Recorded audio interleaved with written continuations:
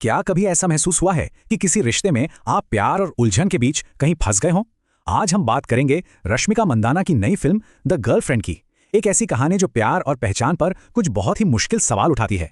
सोचिए, कभी ऐसा हुआ है कि पता ही ना चले और एक रिश्ते में प्यार कब आदत या सिर्फ एक कंफ्यूजन में बदल गया? और जानते हैं, यही वो सवाल है जो आज की हमारी कहानी के बिल्कुल सेंटर में है। तो चलिए, इस उलझन को समझने के लिए कहानी की शुरुआत से शुरू करते हैं। कहानी का पहला हिस्सा हम एक ऐसी लव स्टोरी दिखाता है जो पहली नजर में बिल्कुल परफेक्ट लगती है। तो कहानी में हम मिलते हैं भोजा और विक्रम से, और इनके बीच की केमिस्ट्री कमाल की है।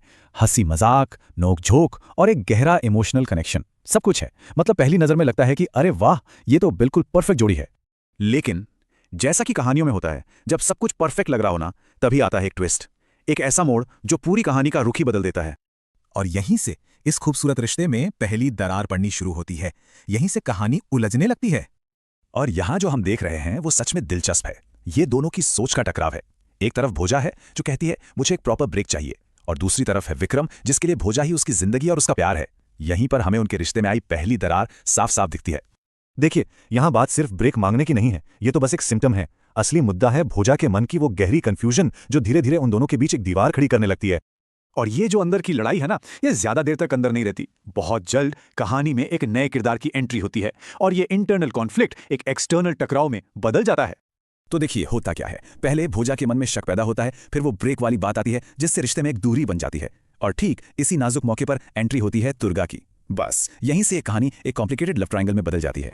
तो अब ये लव ट्रायंगल करता क्या है? ये इन तीनों किरदारों को एक बहुत ही गहरे इमोशनल और साइकोलॉजिकल क्राइसिस में धकेल देता है। आइए देखते हैं कैसे। रिश्ते में विश्वास, जलन, शक, सब कुछ दांव पर लग जाता है। हम देखते हैं फैमिली के झगड़े, तीखी बहसें और वो दर्द जो अक्सर प्यार के पीछे छुपा होता है।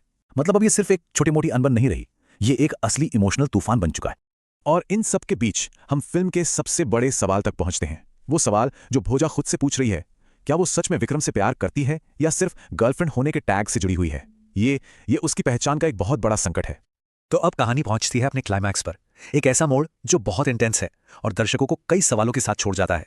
फिल्म का क्लाइमैक्स वाकई में बहुत जबरदस्त है। भोजा का दर्द, विक्रम की जिद और दुर्गा की मौजूदगी, ये तीनों एक ऐसे मुश्किल चौराहे पर आ खड़े होते हैं जहां टकराव अपने पीक पर है। और फिल्म हमें एक बड़े सवाल के साथ छोड़ देती है, क्या सच्चा प्यार दोबारा हो सकता है, या फिर ये सब जो हुआ वो बस एक इत्तेफाक था? ये सवाल कहानी को एक बहुत ही गहरे और सोचने वाले मोड़ पर खत्म करते हैं। तो आखिर ऐसा क्या है जो इस कहानी को दूसरी रोमांटिक फिल्मों से अलग बनाता है? द गर्लफ्रेंड टिपिकल रोमांटिक फिल्मों जैसी नहीं है। ये रिश्तों की सच्चाई दिखाती है, प्यार के बदलते रंगों को दिखाती है और इंसानी जज्बातों को बहुत ही गहराई से, रियलिस्टिक तरीके से दिखाती है। दमदार एक्टिंग और डायरेक्शन मिलकर आपको सोचने पर मजबूर कर देंगे। और आखिर में एक सवाल जो ये कहानी हम सबके लिए छोड़ जाती है, क्या जीवन के किसी रिश्ते में कभी ऐसा भावनात्मक मोड़ आता है जहां सब कुछ बदल जाता है? ये कहानी हमें अपने ही रिश्तों को एक नई नज़र से देखने का मौका देती है।